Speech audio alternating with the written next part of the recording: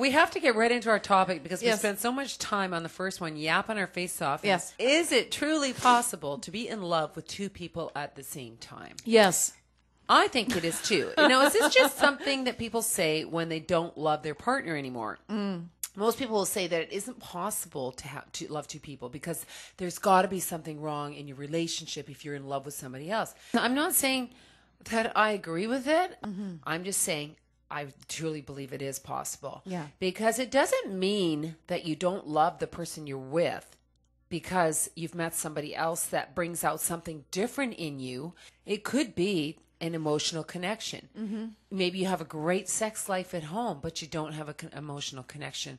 And you fall in love with that person's brain, that person's communication levels. The thing that's really interesting now about why this does seem to be happening a little bit more often, people call it an affair. And it can be an affair, but we're going a little deeper. We're saying that you actually fall for this person. Okay. And what that is you fall in love with somebody because you're changing in your life. You've also got way more people in your life now than you ever have before. We are put in so many more paths than we have ever been put in before.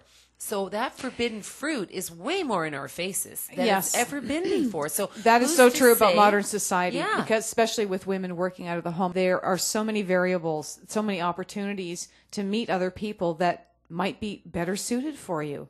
Or like you say, there's that one thing that's missing in one part of your relationship at home, and you find that in somebody else. I do agree that you can love two people at once, and I wish I didn't. I wish that I could say that when you commit to somebody, that you're committing to them because they're that flawless person that you've waited for. If we love our children and our partner, is that not loving just more than one person? Now, we can all argue that love that we have for our kids is different.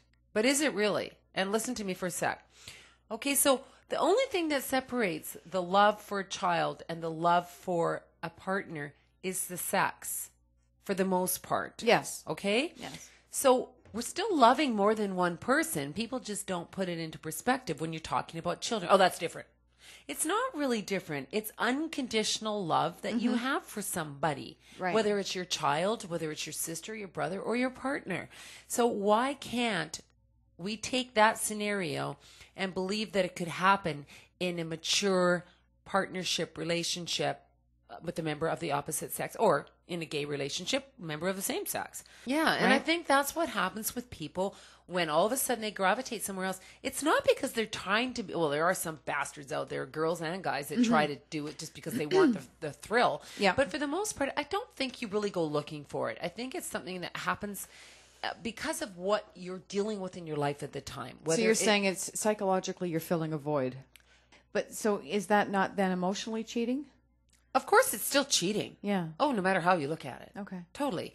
And also, if you're that drawn to them, there probably is going to be intimacy of some form, whether you actually fornicate, have intercourse, or just Fornicate or just have intercourse. cunnilingus or fellatio. Do you like all those words? Those are the kind of things that make it cheating. Emotionally, Right. an emotional connection is cheating to a certain degree. If it's not breaking up your marriage and where you're going home and you're looking at that partner at home and going, ew, why am I here? I'm so done with you. Yeah. Yeah. There's a lot. Yeah. I'm so over you. So really be careful because you can love two people. Yeah. But do you love them equally? What I'm saying, and then there's those that get so connected with somebody else, and certainly we're talking about the opposite sex here, where everything that they seem to say and do is like, wow, I am so in love with that. And they just control everything about you, and you find that all of a sudden everything that your other person that you thought you were in love with isn't matching up to that.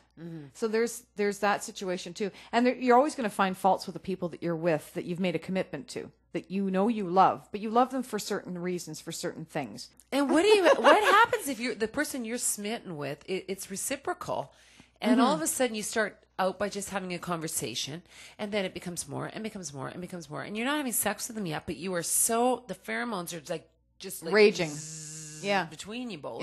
Yeah. And what do you do in a situation like that? Because it's bound to happen if you're putting yourself out there more than the average person. Which exactly what I was thinking about. The outgoing individual. Those are the ones that are more susceptible to coming into these kinds of friendships or relationships or encounters where something like that could easily arise. And this is another reason why, if you get nothing else out of this show, listen to the word complacent. Because when people get married or end up living together and they've got the same key going into the same lock, all of a sudden they stop trying. It's quite the visual. Well, you can look at it two ways. So there you are thinking, okay, I'm married now, I can relax. And we've talked about this, and everyone's talked about that. You can't do this. You cannot become complacent in any relationship, because what happens, there's too many choices now. There's way too many choices for people to get out and meet other people. Yeah. Even if they're not getting out, there's internet dating sites, there's chat lines, there's porn things to call. There's hobby connections. People get into a hobby and then they find somebody else that has a similar taste, and all of a sudden, whammo. And there's a connection there. It's interesting you brought that up, because that is probably one of the biggest meeting places of all. I don't think these things are planned. No, I don't think people so go either. out looking to fall in love with two people. No. Anyway, thanks for listening, everyone. We hope that gave you a little insight on why you might fall in love with two people. Again, it doesn't probably work out in the end, but doesn't mean you can't. Yeah. So don't all hate us because we say it's feasible. You're just not going to end up staying together, probably. Right. So on that note, cheers. Yes. Thanks for listening. Thanks for spending your time with us. Much appreciated. We love you, man.